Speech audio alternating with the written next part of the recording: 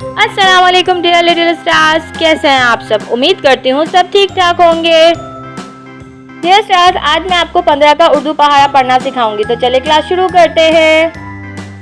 15 एकम 15, 15 दूनी 30,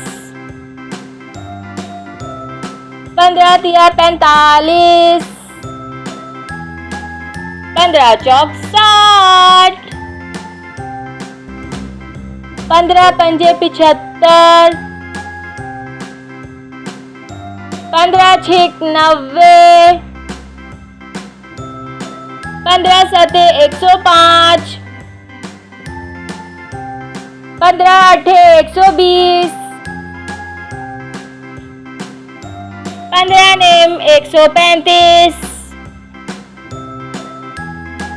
15 दाएं 150।